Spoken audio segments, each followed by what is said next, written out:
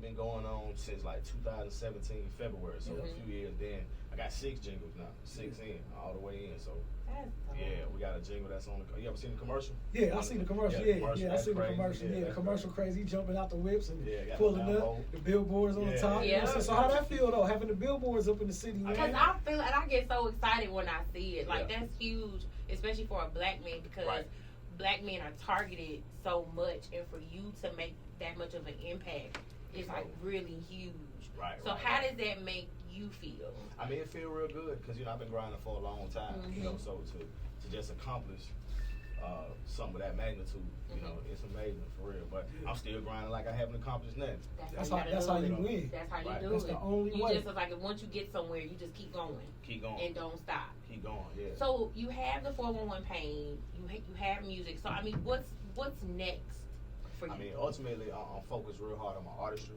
You know, I do the jingles, the brand ambassador. Whatever I do, I'm gonna put my all into it. You know, but I've did so much, amassed so much with this that it's like, okay, I'm like the best brand ambassador there is. You know, but like I said, I am an artist. So right now, I'm really working. Like I sent y'all a couple songs. We definitely. You know, so I'm really trying to bridge that gap. So people that just know me as the jingle guy can also know like, oh, you got something else. There's just a lot of people that know me.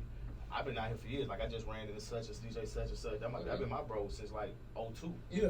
Way before this was thought of. I used to go by Dat Boy Tragic. I was an artist. I just switched my name to Windsor Jones, which is my government, to 2012.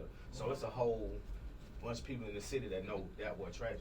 Way before the jingle. But then you got a whole nother era that just know me as the 411 Pain guy. So just trying to work on bridging that gap. Right. So was that, you think, a hard transition for you? Nah, really, we made it work. We kind of been pushing them simultaneously. So at the same time, while I'm doing the jingles, I'm in the street pushing my song. But I'm pulling up in the 411 Pain truck. So it's like, that's, like I had a song recently, Nights Like This. I got the video online, produced by Casey the Beat Monster. Went crazy in the city. So people can be like, hold on, that's your song, Nights Like This? You do the jingles too? You know, and that's also why I got the chain too, so I can also, you know, let people know who I am at the same time. I respect it. I seen it with my own eyes. You know what I'm saying? I seen you put I bet you, what event was that? we was at the Dro event.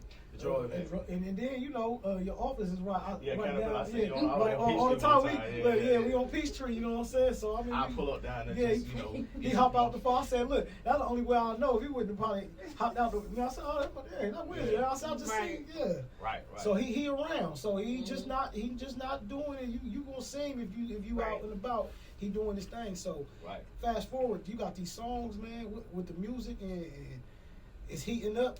What is the plans for the next? Well, the next single, I haven't even released it yet. We're gonna premiere here. It's called Hell You Talking About. It's HUTV. It's featuring Jay Young. It's featuring my boy Jay Young, who is actually Jamie Foxx artist.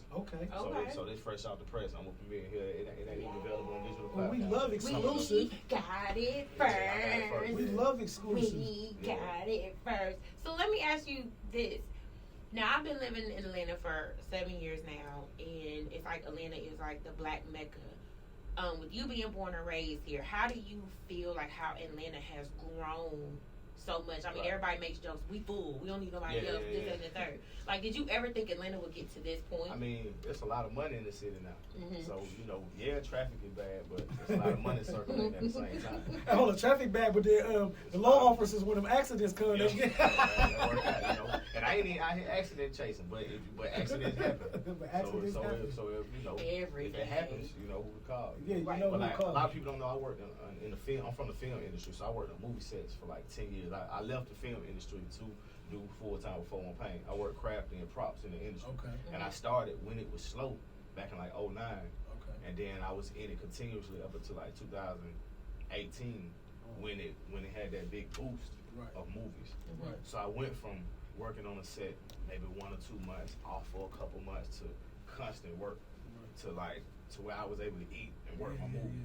You know what I mean? So I was happy about that because what it did was it brought a lot of money here. You know, and grind, it take money. So what you think about